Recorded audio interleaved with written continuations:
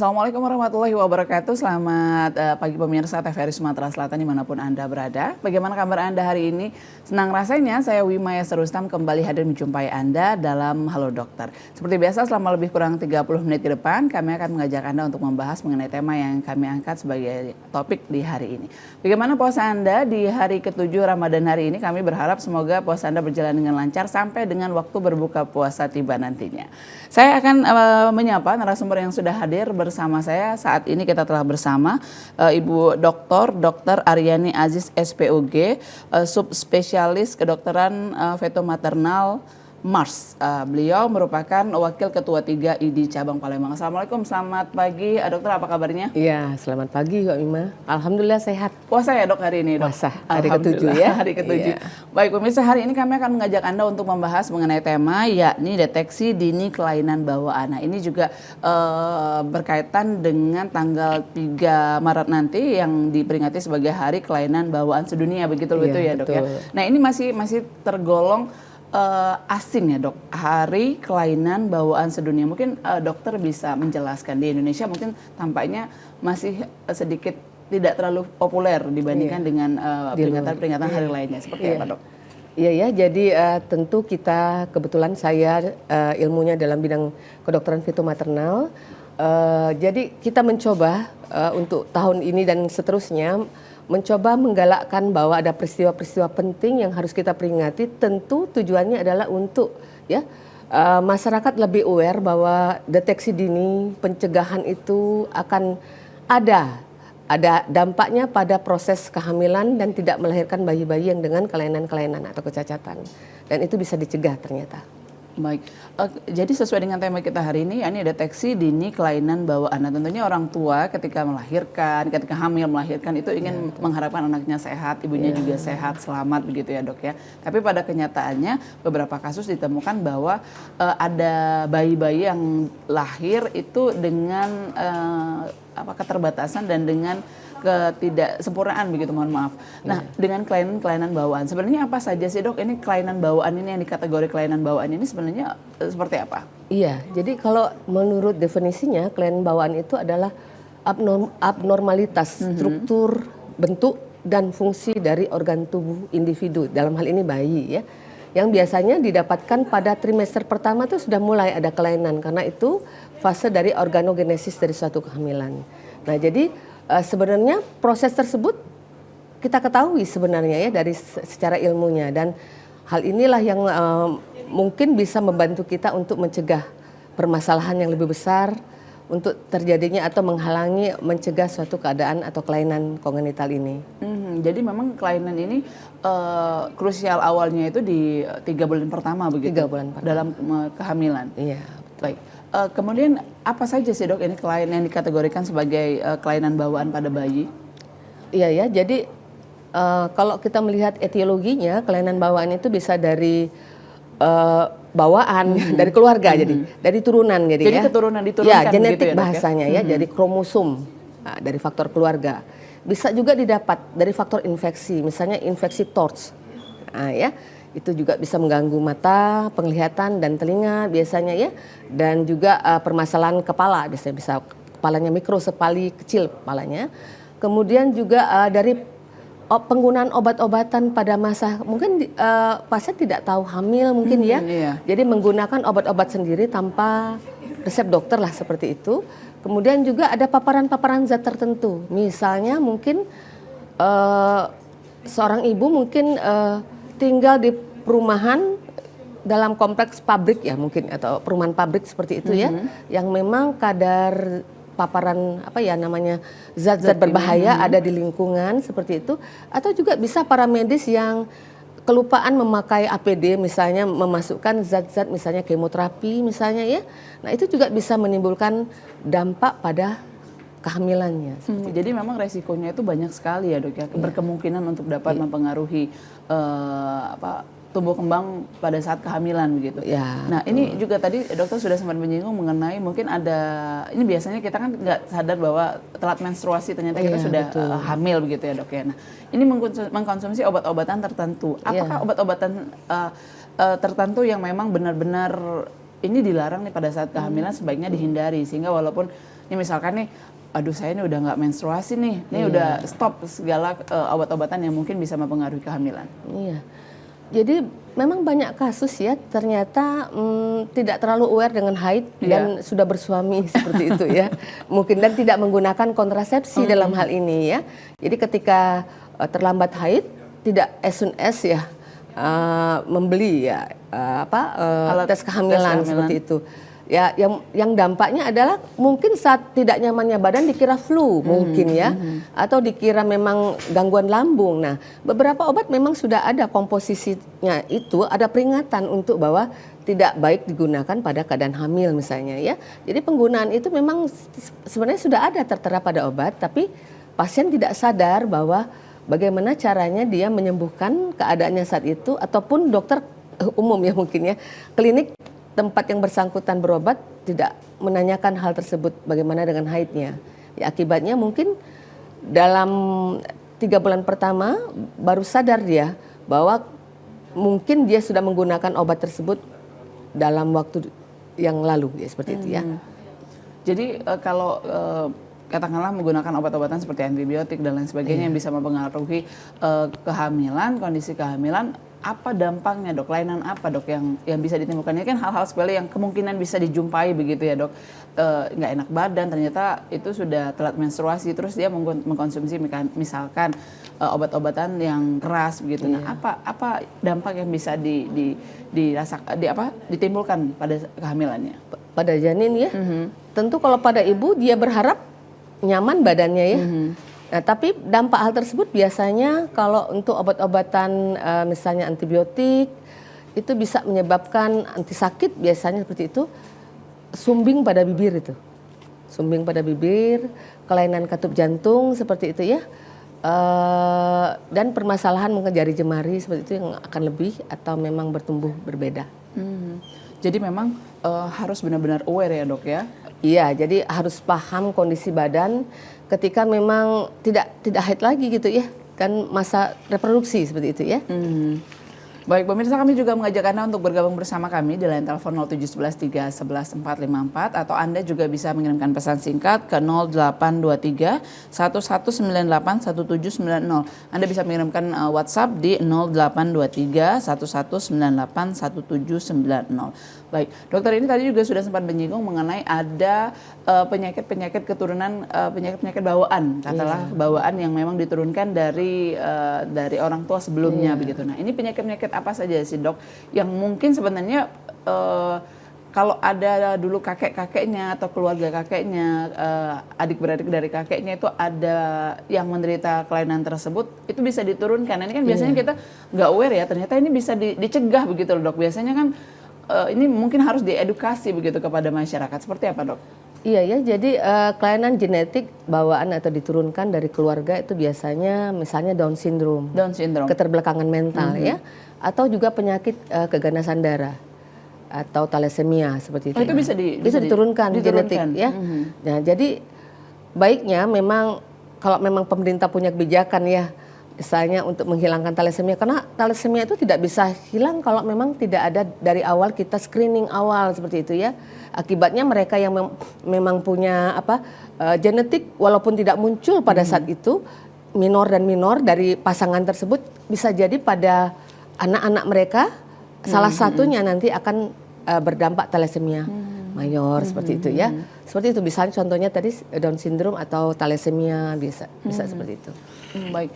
Lalu kita kan nggak tahu nih dok, nih biasanya kita nggak tahu ternyata keturunan yang di atas itu punya kelainan bawaan atau kelainan genetik yang akan diturunkan kepada kita. Nah, lalu tes apa saja yang bisa kita lakukan, kemudian juga usia berapa sih yang tepatnya pada saat kehamilan kah, sebelum kehamilan, atau justru pada saat sebelum menikah begitu dok? Iya, jadi banyak memang metode cara mencegah ya, deteksi dini dan mencegah dari suatu kelainan bawaan. Pertama-tama tentu dalam perencanaan kehamilan itu sangat perlu sebenarnya ya. Bahkan masa remaja, nah itu untuk masa remaja, untuk remaja-remaja putri di sini adalah mereka harus mempersiapkan diri untuk tidak anemia pertama, untuk kecukupan asam folat.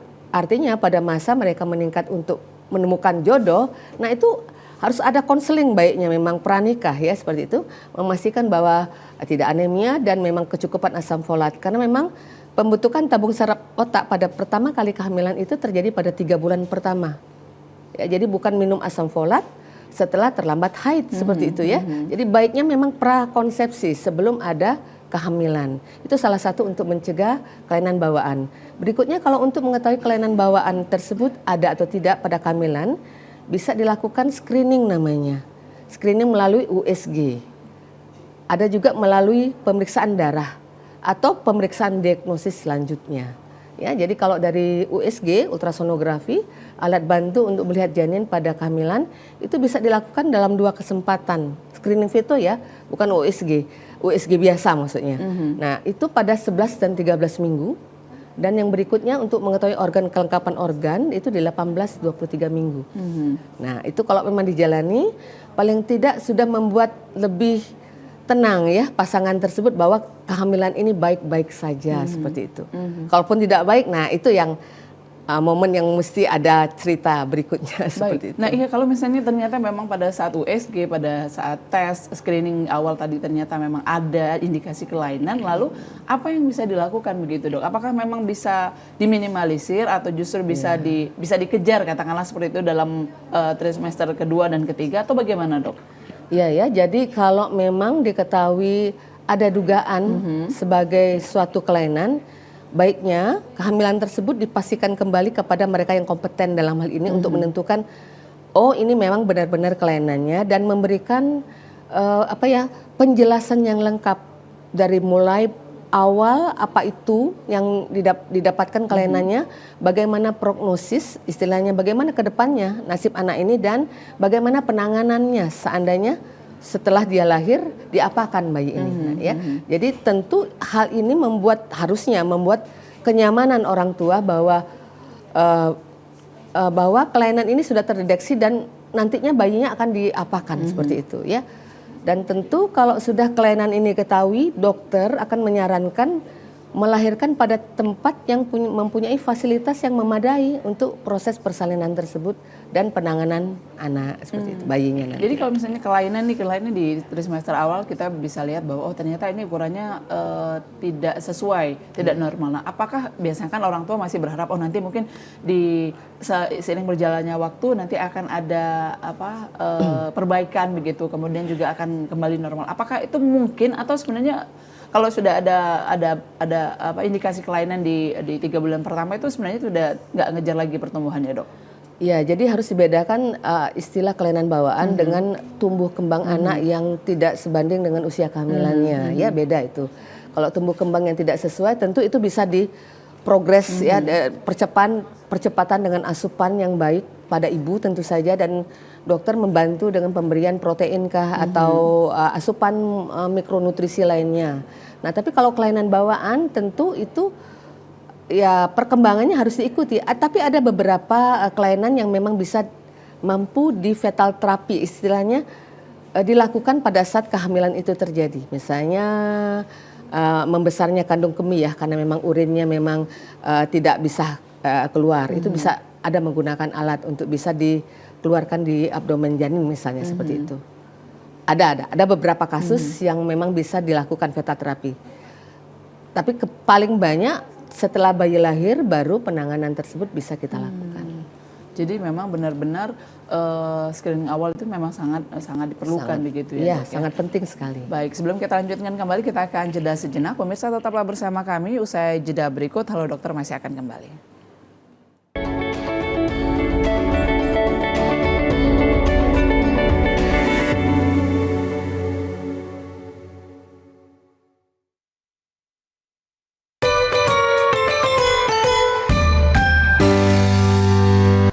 Online. Iya, sekarang nih kan zaman sudah canggih ay. Tidak perlu lagi gitu nak melok kelas masak nian ke sana. Ini dari RBB, cak mana cara bikinnya. Jadi, pastilah lemak. Ini Kau ini becak api dulu, becak rendang daging. 3 hari diangati, tambah lemak. Nanti 30. Idamnya. Tapi, dulu kita nih. Tapi kira-kira utang aku bagi dulu dibayar boleh kan? Terima segala kekurangan, bersyukur intinya. Wait. Maksud saya ini kurang ini bukan nggak bersyukur, padanya belanjanya kurang 10.000. Bukan saya nggak mau terima kekurangan, tapi memang belanjanya kurang 10.000.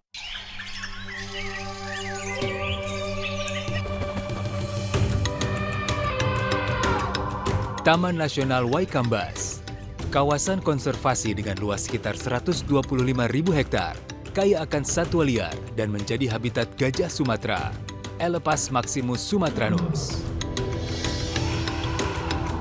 Keberadaan kawasan konservasi Waikambas sangat penting untuk melindungi satwa gajah yang masuk kategori appendix ini. Dan inilah lokasi tempat keseharianku sebagai seorang mahout. Interaksiku bersama hewan besar ini membangun keterikatan emosi layaknya orang tua dan anak.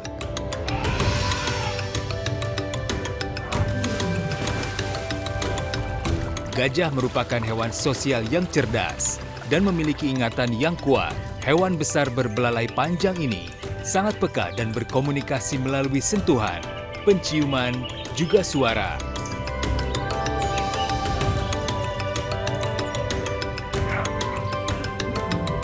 Konflik gajah dengan manusia, penyusutan hutan habitat alami gajah, dan perdagangan gading ilegal menyebabkan gajah diambang kepunahan. Satu pesanku, hidup berdampingan dengan gajah, cegah kepunahan.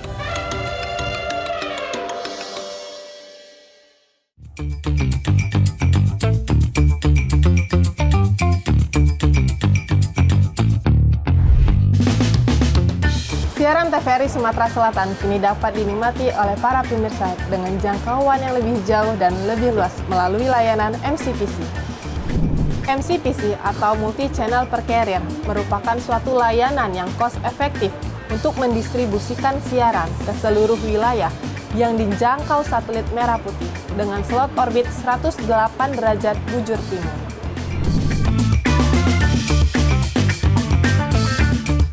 Dengan dukungan teknologi satelit yang handal, layanan MCPC memastikan siaran dapat diterima pemirsa dengan cepat dan efisien. Untuk mengakses siaran TVRI Sumatera Selatan melalui layanan MCPC, caranya mudah.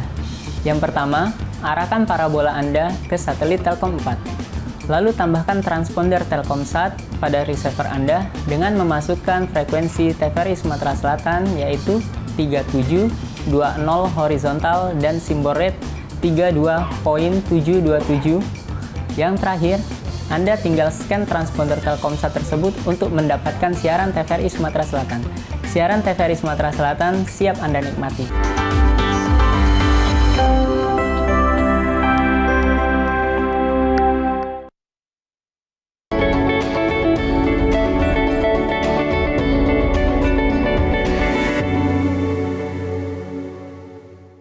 Terima kasih pemirsa, Anda masih bersama kami dalam Halo Dokter. Masih kami ajak Anda untuk bergabung bersama kami di line telepon 0711 311 454 atau Anda juga bisa mengirimkan pesan singkat ke 0823 baik ke 0823 1198 1790. Sesuai dengan tema kita hari ini, kita sedang membahas mengenai deteksi dini kelainan bawaan. Masih bersama Dr. Aryani Aziz, kita masih ini membahas semakin menarik ya dok ya, tentang kelainan kelainan bawaan pada bayi yang kita harapkan sebenarnya kelahiran itu sehat, selamat, ibu dan bayi juga selamat. Tapi pada kenyataannya ada beberapa kasus yang harus menerima kenyataan ada kelainan di bayi yang baru dilahirkan.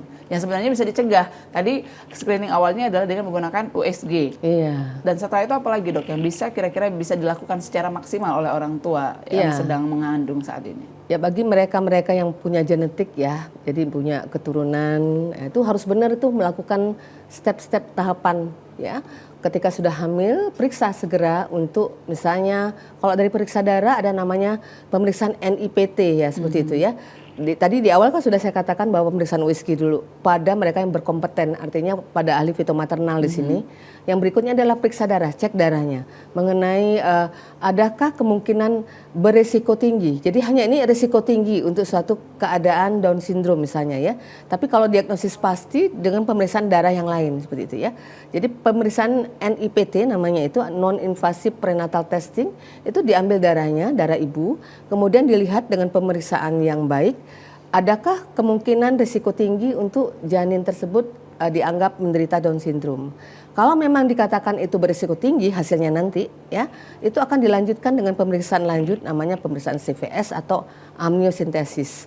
Tapi pemeriksaan ini sudah sangat jarang dilakukan. Ya boleh dilakukan tapi dengan tujuan-tujuan khusus seperti itu.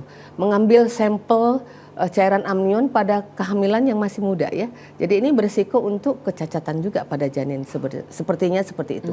Tapi kalau harus dilakukan tentu akan dilakukan oleh mereka yang memang benar-benar kompeten. Ini kasusnya pada risiko yang sangat tinggi ya dok? Iya, yang misalnya. Nah setelah misalnya kita tahu, apakah memang bisa dilakukan terapi-terapi khusus begitu dok? Apakah memang hanya cukup tahu kemudian bisa kita mengambil tindakan lain dok untuk menindaklanjuti nih hasilnya mungkin tidak terlalu baik, seperti apa dok?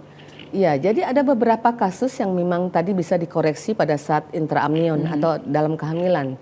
Tapi banyak kasus yang memang harus segera setelah bayi lahir dulu. Ya, intinya kalau memang sudah ketahuan dan itu memang pada mereka yang berkompeten mengatakan itu dan menjelaskan keadaan sesungguhnya, prognosis serta nanti penanganannya, keadaan ibu selama kehamilan harus baik, harus sehat. Mikronutrisi harus diminum seperti itu ya. Harapannya pada saat bayi lahir, bayi tersebut sehat, mencukupi timbangan seandainya ingin segera dilakukan tindakan ya. Misalnya pada kasus misalnya hidrosepalus ya misalnya ya. Nah, hidrosepalus itu untuk lebih meminimalkan gangguan pada istilahnya otak, perkembangan tumbuh kembang otak kan di dalam otak banyak cairan. Padahal di otak tersebut di kepala tersebut ada otak yang tumbuh dan berkembang sampai 2 tahun pertama. Nah, hal tersebut harus benar-benar pada tahap awal kehamilan dilakukan tindakan mungkin oleh bedah saraf dan dokter bedah anak seperti itu untuk meminimalkan kemungkinan otak terdesak lama oleh cairan-cairan tersebut. Nah, akhirnya kan individu tersebut nanti mudah-mudahan bisa lebih baik ya secara integritas pemikirannya seperti itu ya, karena memang otaknya tidak terhambat lama seperti itu ya karena cairan tadi. Jadi semakin cepat penanganannya semakin baik jadi gitu ya.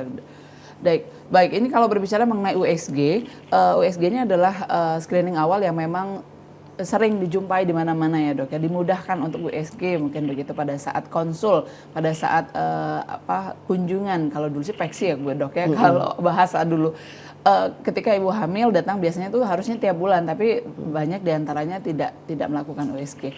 Nah dok, untuk memastikan hasil USG ini benar seperti apa dok? Karena pada kenyataannya, walaupun sudah ini kan sekarang banyak yang katanya 4 dimensi begitu ya dok ya, foto USG sudah bisa melihat bagaimana bentuk mukanya, bagaimana melihat dan lain sebagainya. Tapi ada juga pada saat menyatakan hasilnya, oh ibu ini sepertinya kakinya panjang sebelah begitu. Kemudian juga ada lagi USG lagi di tempat yang katanya 4 dimensi mengatakan bahwa ibu ini kayaknya ginjalnya sepertinya besar sebelah, ukurannya tidak sama. Tapi pada saat dilahirkan itu anaknya baik-baik saja. Yang disampaikan oleh dokter-dokter sebelumnya itu tidak relevan gitu. Itu kan sebenarnya sudah mengganggu psikis si ibu ya dok dan ayah. Nah itu sebenarnya seperti apa sih dok? Diagnosanya dok, karena banyak sekali yang kejadian yang dialami begitu karena sudah stres dan sebagainya, ibunya sudah nggak mau makan dan lain sebagainya karena takut. Tapi di tempat lain ternyata hasilnya bagus, pada saat dilahirkan hasilnya juga bagus. Bagaimana dokter? Iya, jadi untuk pemeriksaan ANC antenatal care pada ibu hamil itu diharapkan minimalnya 6 kali datang ke petugas kesehatan seperti itu ya. Jadi trimester pertama 1 kali, 2 kali pada trimester kedua, dan 3 kali pada trimester terakhir ya. Nah harapannya pada proses kehamilan tersebut akan datang untuk USG salah satunya mungkin ya. Kalau di kota besar dengan kemampuan ekonomi yang baik tentu tiap bulan akan USG. Dan mereka tentu akan mencari mereka yang berkompeten untuk menyatakan bahwa bayi ini aman dari sisi tumbuh kembangnya. Ya tentu ahli fitomaternal dalam hal ini ya. Nah bagi mereka yang tidak memungkinkan untuk itu dan Maaf, penggunaan USG sekarang sepertinya tidak hanya pada dokter saja ya, sudah merambah pada bidan seperti itu ya. Nah, jadi kesalahan-kesalahan tersebut sepertinya memang akan mungkin terjadi. Nah, makanya diharapkan USG yang mengatakan kemungkinan ada kelainan pada kehamilan tersebut baiknya dikonfirmasi ulang pada mereka yang berkompeten untuk mengatakan bahwa ya ini memang ada kelainan.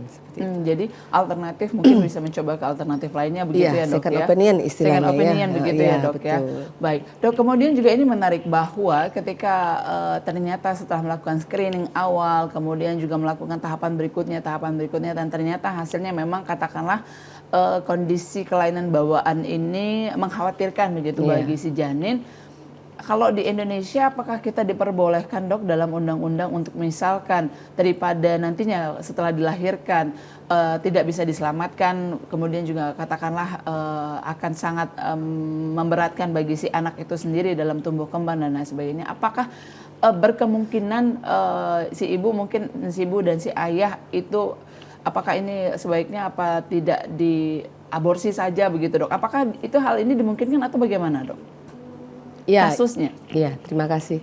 Ya, dalam undang-undang di Indonesia kita sangat menghormati adanya kehidupan ya. Jadi dari pertanyaan tadi bisa kita simpulkan bahwa akan dihormati bahwa itu ada kelainan dan ya dilanjutkan seperti itu ya.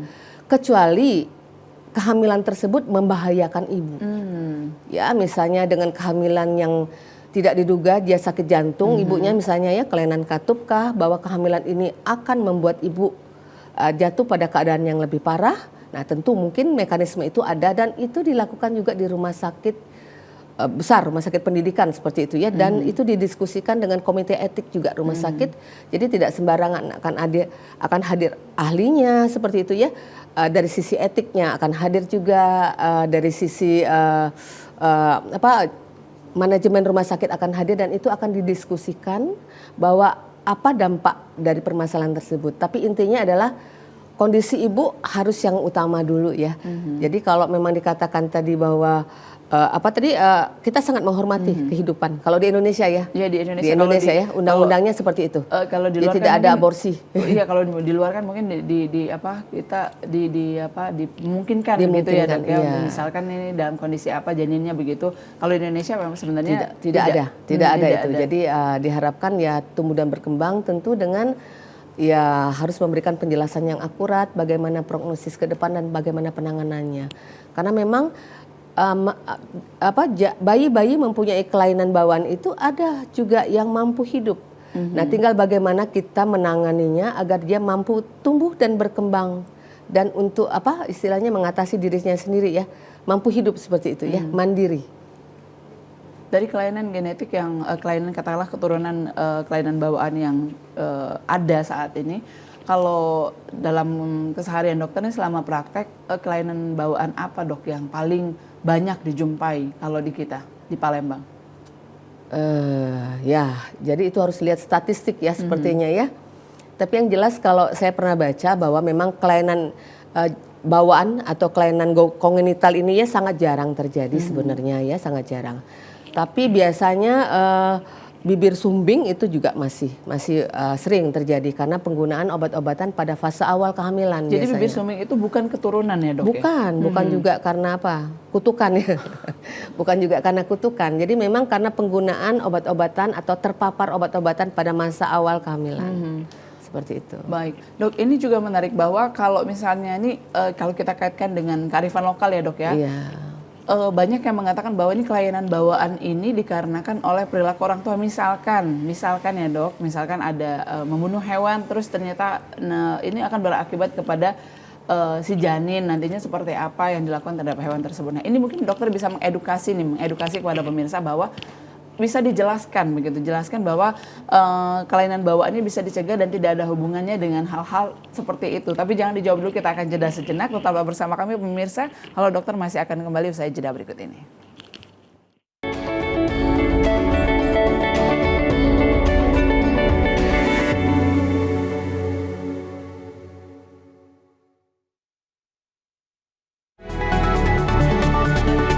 Informasi terbaru lengkap dan terpercaya setiap hari melalui program Berita Sumatera Selatan hari ini.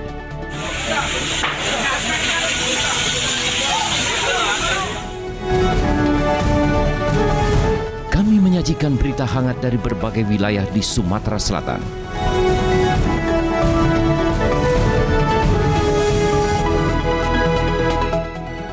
Kebakaran lahan dan kebun dengan kobaran api yang cukup besar membakar kebun milik warga. Dikemas secara tajam dan berimbang.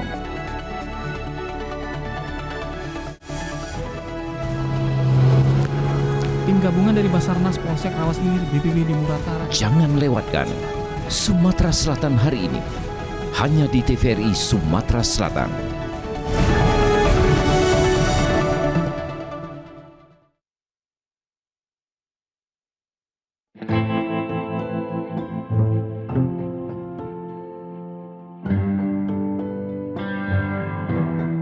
Kasus bullying semakin hari semakin meningkat.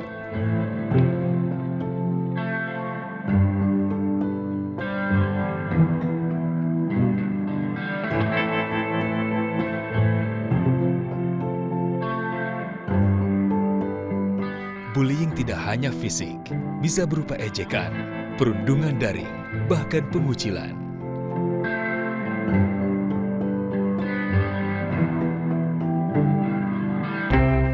Bullying merusak harga diri, kesehatan mental, dan masa depan. Sebagian korban dapat mengalami depresi dan kecemasan. Siapa saja bisa menjadi korban, tapi kita bisa menghentikannya. Saya pernah jadi korban. Saya tahu bagaimana rasanya. Kita harus berani bicara. Pelaku bullying dapat dikenakan ancaman pidana yang berat sesuai hukum di Indonesia.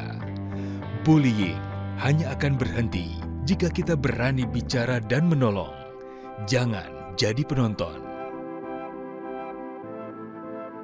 Banyak korban sudah berjatuhan. Stop perundungan, mulai dari kita.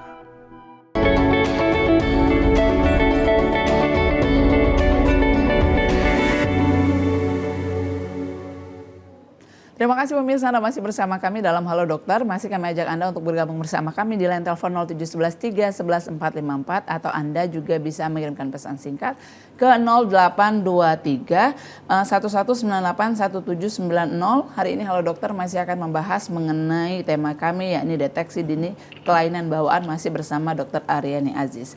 Baik, dokter, ini kita sebelum jeda tadi sudah sempat menyinggung ya, dok, mengenai ini apa stigma di masyarakat itu kalau misalnya ada kelainan pada anak ini karena perilaku orang tua begitu. Mitosnya misalkan pada saat kehamilan istrinya si suami nggak boleh mancing, nanti takutnya bibirnya sumbing begitu. Nah ini juga kan sebenarnya harus bisa dibantah, dok. Seperti apa sih, dok, sebenarnya agar masyarakat itu memahami loh, dok, ini sebenarnya yang terjadi ini kelainan ini dikarenakan oleh hal-hal yang mungkin sebenarnya bisa dicegah, seperti apa? Iya ya, jadi hal-hal seperti itu masih banyak ya untuk masyarakat kita yang memang terdiri. Indonesia itu kan berpulau-pulau begitu ya, tidak semua pelosok bisa ada petugas kesehatan yang bisa memberikan pengetahuan untuk hal tersebut. Tentu yang kalau dikatakan tadi memancing dan bibir sumbing itu sama sekali tidak ada hubungannya seperti itu ya. Jadi bagaimana kita harus mengatakan ini ke masyarakat ya. Salah satunya mungkin ini salah satu dari kegiatan peringatan Hari Kelainan Bawaan Sedunia ya, bahwa kita akan meningkatkan literasi ke masyarakat itu bahwa ini loh sebenarnya pengetahuannya tidak ada hubungan, bahwa pengetahuannya itu terkait dengan konsumsi mikronutrisi yang harus dipenuhi sebelum kehamilan, pengetahuan bahwa selama kehamilan pun harus sehat selalu badannya dan tercukupi untuk sisi makanannya seperti itu ya, agar menghasilkan bayi-bayi yang memang optimal tumbuh kembangnya, dan itu tentu sebagai sumber daya masyarakat ya. Ada Indonesia Emas ya nanti 2045 ya, seperti itu ya. Nah, saya pikir dari masa sekarang lah anak-anak Gen Z saat ini ya, itu calon-calon ibu-ibu muda nantinya ya, itu yang harus benar-benar tercukupi. Baik. Dan tentu pengetahuan, saya pikir literasi masyarakat harus meningkat. Baik, kita akan angkat penelpon yang ingin bergabung terlebih dahulu. Halo, assalamualaikum. Halo, waalaikumsalam. Ya, dengan siapa di mana ini, Ibu? Dengan Ibu Desi di Jakabaring. Ibu Desi di Jakabaring, silakan Ibu. Baik, terima kasih Mbak. Izin bertanya untuk Ibu dokter, itu mengenai kelainan bawaan pada anak. Yang ingin saya tanyakan adalah yang pertama, bagaimana cara untuk mencegah agar tidak terjadi kelainan pada anak, terutama bagi orang-orang yang memiliki ekonomi ke bawah. Karena rata-rata kalau di daerah saya itu Bu, daerah Jakabaring sini, itu ada beberapa keluarga yang terkena kelainan genetik, tetapi memang dilihat dari segi ekonominya itu orang-orang di ekonomi ke bawah. Apakah ada hal-hal khusus, mungkin cara-cara khusus atau obat-obat khusus yang mungkin tidak terlalu tinggi bisa mereka gunakan. Kemudian yang kedua, apakah ada terapi-terapi tertentu bagi yang memiliki kelainan bawaan pada organ-organ dalam seperti ginjal, jantung, dan lain-lain selain yang organ luar seperti itu. Terima kasih. Baik, terima kasih Bu Desi di Palembang sudah bergabung bersama kami. Langsung saja silakan dijawab, Dokter. Ya, jadi kalau dikatakan mengenai sosial ekonomi itu merupakan faktor risiko ya. Salah satu untuk menjadikan kemungkinan persentase kelainan kongenital atau kelainan bawaan itu akan terjadi pada pasangan yang sosoknya rendah seperti itu ya. Nah, bagaimana menyikapinya? Tentu butuh perencanaan untuk kehamilan. Jadi bukan hanya sekedar terlambat mens lagi seperti itu ya. Jadi merencanakan kehamilan dengan baik. Kemudian untuk kecukupan makanan. Apa yang harus diasup? Sedangkan makan sehari-hari aja sulit seperti itu ya. Nah, intinya adalah makan protein Bu. Ya, asam folat itu juga pada protein juga seperti itu. Nah, protein itu apa? Yang paling mudah didapat itu adalah telur. Ya, telur, kemudian protein nabatinya, tahu, tempe, ya itu sudah membantu untuk memastikan bahwa mikronutrisi pada pasangan tersebut sudah lumayan ya seperti itu ya. Dan benar-benar harus merencanakan kehamilan ya seperti itu. Jadi tahu kapan masa subur sehingga proses tersebut sadar gitu ya. Artinya pada tahap kehamilan tidak meminum obat sembarangan kalau badan tidak merasa enak seperti itu ya. Dan tentu kalau zaman sekarang mudah dijangkau ya, searching untuk pengetahuan atau literasi untuk pengetahuan bagaimana menyikapi atau mencegah suatu kelainan kongenital seperti itu. Baik, untuk terapi tadi seperti apa Dok? Terapi yang tidak fisik tetapi organ dalam begitu, bagaimana?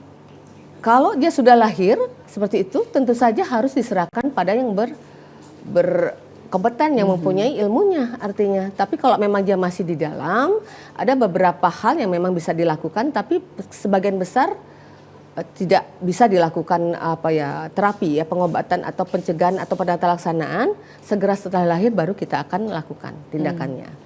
Jadi diserahkan pada bukan lagi dokter kebidanan yang menangani, pada ahlinya Bu, seperti itu. Baik, jadi ini juga dalam hal ini kita sedang mengedukasi bahwa untuk merencanakan kehamilan yang sehat, anak yang sehat, ini juga sebenarnya harus direncanakan dari jauh hari sebelum, bahkan sebelum menikah begitu ya Dok betul, ya. Jadi untuk konsumsi asam folat ini yang paling baik, yang paling tepat itu berapa tahun atau berapa bulan sebelum menikah atau bagaimana sih Dok yang baiknya?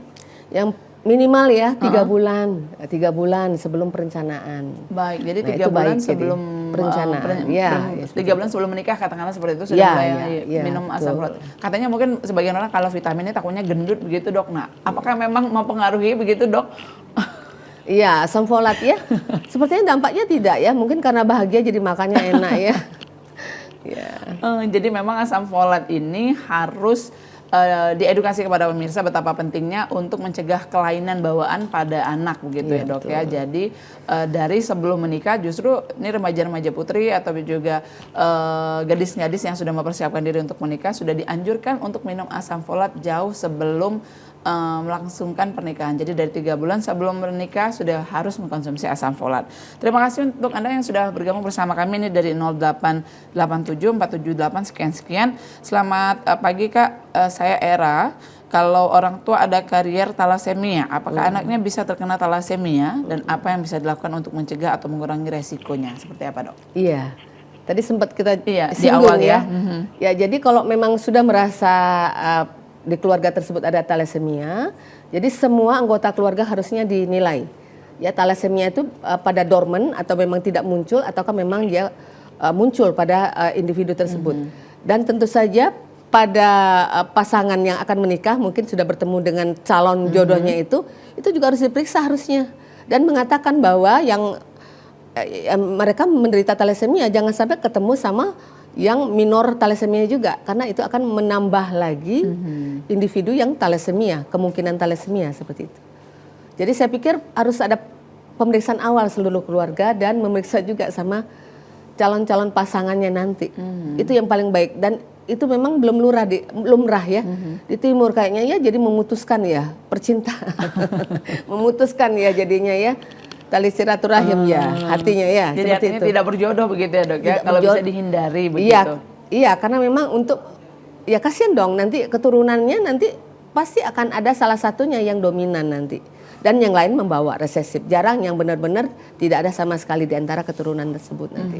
Baik, dok ini juga sekaligus kita mengedukasi pemirsa di rumah ini banyak yang bertanya-tanya apakah memang benar nih kelainan-kelainan bawaan nih, misalkan si ibu pada saat hamil itu mengkonsumsi kerang, kemudian juga mengkonsumsi sushi, makanan-makanan mentah yang tidak dimasak dengan sempurna, apakah memang itu akan mempengaruhi kondisi janin begitu dok? Terus kelainan apa yang mungkin timbul dengan perilaku-perilaku yang sering kita jumpai sehari-hari yang kita anggap biasa dan lumrah begitu? Bagaimana dokter? Iya ya, jadi memang pada wanita hamil memang harus memperhatikan makanan ya. Pertama itu karena memang dia takutnya kita pada makanan yang kurang sehat. Tadi dibicarakan kerang ya. Kenapa sih kerang jadi dilarang seperti itu ya? Maksudnya kalau pengen ya cicip saja sedikit ya. Tapi kalau setiap hari harus lauknya menunya kerang ya nggak boleh juga. Karena kerang itu memang dalam kehidupannya itu mengkonsumsi sisa-sisa makanan yang ada logam-logam berat mungkin yang pada makanannya tersebut, sehingga mungkin hal tersebut yang bisa berdampak pada kehamilannya. Jadi logam-logam berat yang memang diasup dan kerang tersebut kita makan seperti itu yang akan memungkinkan munculnya persentase untuk kelainan bawaan seperti itu ya. Begitu juga dengan makanan yang setengah matang ya, katakannya ya, dan lalap-lalapan ya. Dan di situ lalap-lalapan juga. Di situ ada kemungkinan benih-benih torch ya, dari toksonya, rubella, sitomegalovirusnya akan ada di situ, yang akan tentu kalau termakan oleh kita akan berkembang biak dalam tubuh kita dan menjadikan kita infeksius ya seperti itu. Dan itu mempengaruhi kehamilan. Jadi ada dampaknya. Jadi harus memperhatikan makanan keseharian dari ibu hamil tersebut. Jadi memang benar-benar aware ya dok ya? Harus aware. Baik, satu lagi kemudian juga ada juga kalau yang berbicara mengenai kelainan bawaan bagi katakanlah pekerja-pekerja yang berada di sekitar ini SPBU begitu dok. Iya, nah ini kan juga dianggap nggak masuk akal ya, mungkin nggak, mungkin itu cuma mitos. Apakah betul biasanya orang-orang yang berada di sekitar SPBU ataupun juga lingkungan sekitar SPBU ataupun juga pegawainya mungkin bisa seperti itu, ketika hamil sebaiknya menghindari tempat itu karena nanti dikhawatirkan mikrosefali begitu anaknya? Apakah memang bisa memang dihindari jika misalkan berhenti sejenak dan lain sebagainya, itu bisa menghindari pengaruh dari zat-zat yang terpapar di sana dok? Iya ya, jadi pada lingkungan yang memang berindikasikan untuk zat-zat itu menguap ya, kalau di pompa bensin ya menguap ya, artinya itu ada zat-zat yang memang berterbangan yang masuk ke udara yang kita hirup seperti itu, jadi harus dihindarkan. Seperti juga perokok pasif misalnya ya, itu ternyata lebih berbahaya dari perokok aktif seperti itu, karena memang zat-zatnya berkeliaran di udara di sekitarnya, dan di situ ada ibu hamil misalnya ya, yang setiap hari misalnya suami lagi ya, benar-benar ya setiap hari dong jadi menghisap zat-zat yang memang tidak diperbolehkan itu, dan berdampak tentu terhadap kehamilan, memungkinkan ya.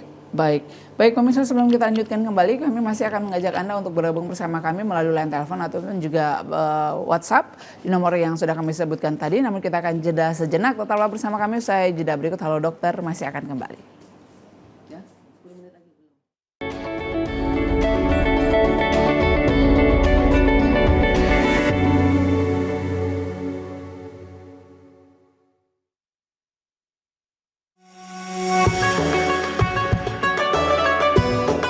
Bulan Ramadan yang penuh berkah dan ampunan telah tiba. Saatnya menata hati, menguatkan iman, dan menambah ilmu penuntun kehidupan. Hikmah Ramadan, program spesial Ramadan yang menghadirkan kajian Islam penuh makna, menenangkan jiwa dan meneguhkan langkah. Live setiap hari selama bulan Ramadan, pukul 16:30 waktu Indonesia Barat, hanya di TVRI Sumatera Selatan, media pemersatu bangsa. Rumah kita punya atap. Biar hujan gak masuk. Kata ibu, bumi juga punya atap. Hutan yang berfungsi nahan air. Dan nyimpen pelan-pelan. Kalau atapnya rusak, bocor lagi. Pak, Papa atap teras bocor nih.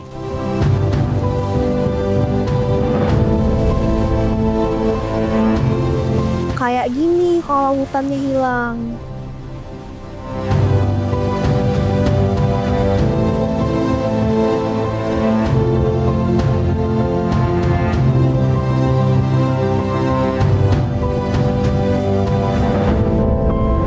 Tapi kita bisa benerin atap bumi kok.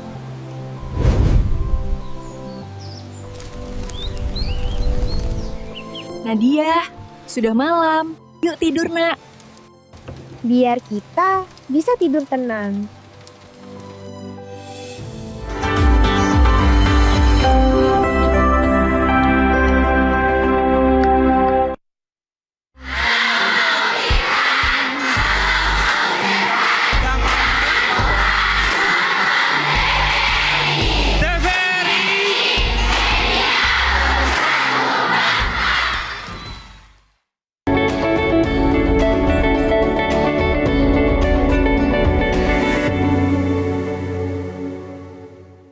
Terima kasih pemirsa Anda masih bersama kami dalam Halo Dokter. Masih kami ajak Anda untuk bergabung bersama kami di line telepon 0711 311 454 atau Anda juga bisa mengirimkan pesan singkat ke 0823 1198 1790. Hari ini kita bahas mengenai tema kita yakni deteksi dini kelainan bawaan. Baik, hari ini saya sudah berbincang bersama Dr. Aryani Aziz yang merupakan wakil ketua 3 ya dok ya, IDI Kota Palembang. Dokter, prakteknya di mana dok sebenarnya dok?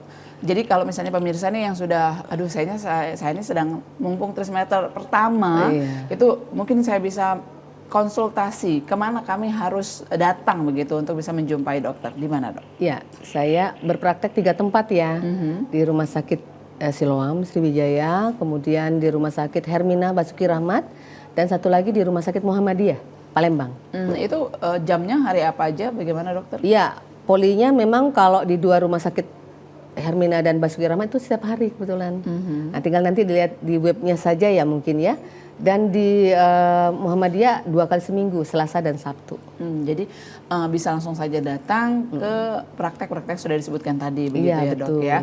Untuk syarat mungkin tidak ada syarat apa-apa, nanti dokter yang akan merujuk apa saja yang harus, pemeriksaan yang harus dilakukan untuk memeriksa kehamilannya, begitu ya dok ya. Betul. Baik, dokter, ini kalau kita dari awal dari segmen pertama sampai dengan saat ini kita membahas mengenai kelainan fisik yang bisa dideteksi selama kehamilan. Nah, kalau kelainan yang tidak fisik seperti katakanlah tunawicara, kemudian juga tunarungu dan tidak bisa melihat, itu kira-kira apakah bisa dideteksi juga dari saat kehamilan, karena ini juga merupakan kelainan bawaan ya dok ya? Apakah tidak bisa dok?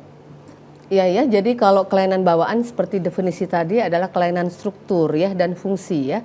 Tapi pada saat kita pemeriksaan USG biasanya kelainan struktur itulah yang dominan bisa terlihat. Tapi kalau untuk fungsi, untuk misalnya pendengaran, bicara itu tidak bisa terlihat.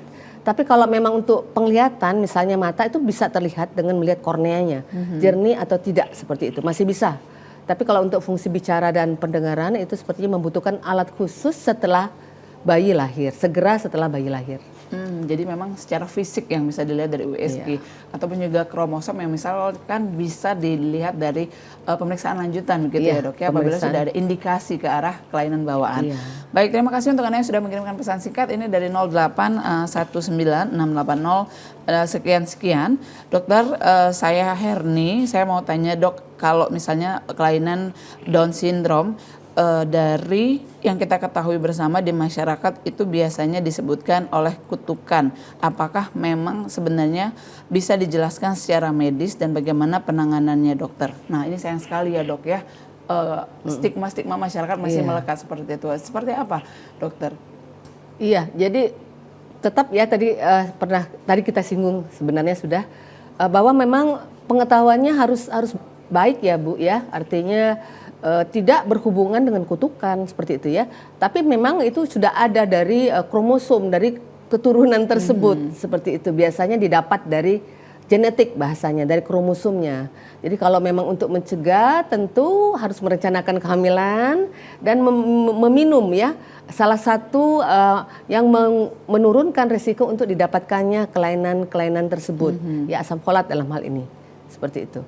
Jadi harus banyak membaca ya, kita harus meningkatkan literasi masyarakat untuk pengetahuan dari kelainan bawaan ini. Iya. Kemudian faktor-faktor resiko apa dok yang katakanlah memberatkan gitu si ibu baik bapak yang kira-kira kalau misalkan bisa dianulir ini anaknya insya Allah lahirnya sehat selamat seperti yang diharapkan begitu dok. Katakan ini biasanya faktor usia, kalau kemudaan bisa mengakibatkan seperti apa, kalau udah ketuaan juga katanya faktor resikonya juga lebih besar untuk anaknya lahir normal, seperti apa dok? Iya, artinya melahirkan pada masa alat reproduksi sudah memang baik ya, untuk digunakan ya, siap digunakan ya, di atas 20 sampai dengan 35 tahun itu usia yang baik. Tapi pola masyarakat sudah berubah sekarangnya, sepertinya banyak bekerja dulu ya gitu ya. Sukses dulu ya dok, sukses dulu baru mendapatkan pasangan, atau bahkan terbalik juga karena memang faktor ekonomi dan kultur. Bukan maksudnya media sosial yang ini banyak yang kawin muda gitu kan ya. Faktor itu ya pernikahan dini ya kayaknya banyak sekali ya kalau kita memang bekerja pada rumah sakit tipe C seperti itu ya. Tahu-tahu sudah anak ketiga di bawah 20 tahun seperti itu ya. Jadi betapa saya tuh agak sulit memikirkan bagaimana hal itu bisa terjadi di keluarga tersebut ya. Tapi itulah masyarakat kita memang bahwa pengetahuan harus ditingkatkan untuk terutama alat reproduksi mungkin ya.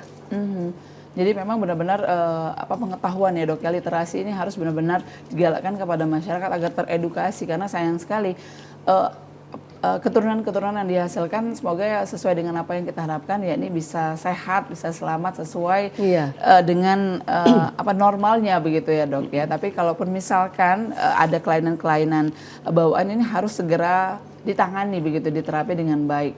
Nah dokter, kalau misalnya kita melihat bahwa memang ada indikasi bahwa kelainan bawaan ini akan terus diturunkan katakanlah seperti itu kepada anaknya dan lain sebagainya.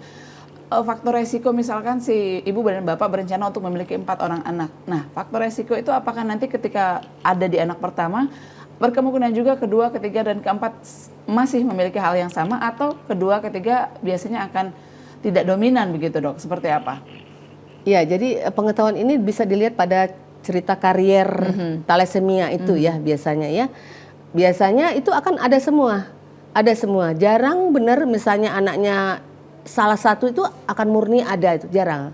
Membawa dorman ada, itu seperti itu ya. Minor maksudnya di sini ya. Nah, sepertinya akan ada ya. Jarang sekali yang memang sempurna dari salah satunya itu yang benar-benar dia lepas dari talasemianya. Jarang sekali. Jadi benar-benar ada yang memang positif talasemianya, ada yang satu anaknya lagi minor misalnya seperti itu ya. Tetap membawa seperti itu. Tetap karier begitu ya tetap dok karier. ya? Nah, makanya thalassemia itu memang benar-benar harus diberantas gitu ya. Pemerintah harus bersikap untuk mungkin bisa men-screening di KUA di mana ya? Salah ya, di mana itu jadinya itu screeningnya? Mungkin nanti ada regulasinya dok ya, ketika pasangan ingin menikah tidak hanya konsultasi ke KUA, tidak ada nasihat pernikahan, tapi juga harus memeriksakan diri ke fasilitas kesehatan begitu. Dan mulai ya, dok, mengkonsumsi asam folat pada saat dia sudah mau menikah begitu Iya. ya dok ya. Baik dokter, ini kita kalau misalnya melihat juga banyak juga kasus kita bisa lihat bahwa ketika ibu melahirkan anak pertama katakanlah membawa kelainan bawaan, kemudian juga yang terjadi di kelahiran kedua itu ternyata masih membawa kelainan bawaan tapi dengan kelainan yang berbeda begitu dok. Nah ini sebenarnya kasusnya seperti apa dok? Apakah memang keturunannya begitu atau ada faktor resiko lingkungan yang sangat mempengaruhi dalam hal ini dok? Kalau untuk kasus yang seperti ini. Kalau kasus yang seperti dikatakan Mbak Wima tadi itu bisa jadi dari kromosom pasangan tersebut. Jadi dari ibu dan bapak itu mempunyai struktur kromosom yang memang membawa, dua-duanya membawa. Dan akhirnya muncul pada masing-masing anaknya. Atau juga bisa dari lingkungan. Jadi ya harus memang dikaji dulu bagaimana pasangan ini, bagaimana lingkungannya, sosial ekonominya, bagaimana di keluarga bapak, bagaimana di keluarga ibunya, seperti itu ya. Jadi semuanya itu merupakan faktor yang memungkinkan kejadian kelainan bawaan pada tiap-tiap anak-anak tersebut. Jadi memang harus dicari ya dok ya, ini faktor resikonya itu apa, pencetusnya begitu jadi, ya dok ya. Maksudnya kalau memang sudah anak pertama sudah punya kelainan, berencanalah untuk anak berikutnya itu jangan sampai terjadi kembali seperti itu ya, dan berkonsultasi maksudnya dalam hal ini untuk merencanakan kehamilan berikutnya, apa yang harus dilakukan. Baik, dokter mungkin ada yang ingin disampaikan begitu dok di akhir perjumpaan kita hari ini, deteksi dini kelainan bawaan, apa yang ingin disampaikan dan juga apa yang ingin diedukasi, diingatkan kembali masyarakat terhadap sebenarnya kelainan bawaan ini bisa dicegah jika memang ibu dan juga orang tua serta lingkungan sekitar ibu hamil itu sangat mendukung dan juga mengikuti saran-saran yang harusnya dilakukan ketika kehamilan. Silakan dokter. Ya, terima kasih. Jadi melalui peringatan Hari Kelainan Bawaan ini tentu masyarakat jadi diingatkan untuk lebih aware dalam rangka mendeteksi dini kelainan bawaan seperti itu. Kemudian bahwa anak-anak itu mempunyai hak untuk hidup di awal kehidupannya itu harapan hidup yang baik. Dan tentu saja bahwa kelainan bawaan ini jika diketahui lebih awal memungkinkan untuk pasangan tersebut menerima keadaan dan mendapatkan penanganan yang terbaik dari permasalahan karena sudah didiskusikan dengan dokter yang berkompeten. Ya, yang terakhir mungkin harus mengubah gaya hidup, ya, meningkatkan literasi masyarakat, kemudian artinya mendapatkan dukungan masyarakat dalam hal ini. Tidak menjadikan anak yang memang berkebutuhan khusus itu dalam masyarakat kita stigma itu rendah sekali seperti itu ya. Jadi stigma itu harus benar-benar dihilangkan bahwa justru mereka yang berkebutuhan khusus itu harus benar-benar dilindungi dan dijaga seperti itu. Dan terakhir tentu saya mengucapkan selamat dan sukses ya untuk Hari Kelainan Bawaan sedunia yang akan dilaksanakan nanti di tanggal 3 Maret. Tentu saja bahwa setiap kehidupan itu adalah berharga. Setiap langkah kecil dari pencegahan itu adalah langkah besar dari suatu perubahan yang besar. Itu saja yang mungkin bisa saya sampaikan. Ya. Jadi ketika misalkan divonis ada kelainan bawaan pada janin, jangan berkecil hati dulu ya dok ya. Betul. Jadi karena memang juga diedukasi kepada pemirsa bahwa semakin segera diketahui hal tersebut bisa semakin meminimalisir mungkin dampaknya di kemudian hari begitu ya dok ya. Mungkin bisa dokter sampaikan begitu dok, apa yang tidak harusnya membuat down bagi para orang tua yang mungkin saat ini ternyata ditemukan anaknya ada kelainan begitu. Iya, jadi kalau memang sudah ada dugaan anak itu diduga suatu kelainan, membawa kelainan bawaan, tentu harus menjadikan orang tua itu jadinya bahagia ya, berbahagia untuk tahu ini kelainan sudah dari awal, bukan menakut-nakuti. Akibatnya prosesnya nanti pada proses persalinannya akan mendapatkan hal yang terbaik dari proses persalinan tersebut. Baik, terima kasih dokter sudah bergabung bersama kami hari ini dalam Halo Dokter. Kita sudah bahas mengenai deteksi dini kelainan bawaan. Kita juga berharap tayangan kita hari ini bisa mengedukasi pemirsa bahwa kelainan bawaan ini sebenarnya bisa dicegah begitu ya dok ya, dengan memaksimalkan apa saja yang sudah disampaikan tadi. Salah satunya adalah menjaga lingkungan yang sehat, pola hidup yang sehat, dan juga jangan lupa mengkonsumsi asam folat. Akhirnya saya Wima Rustam pamit undur diri dari hadapan Anda pemirsa. Sampai jumpa dan wassalamualaikum warahmatullahi wabarakatuh.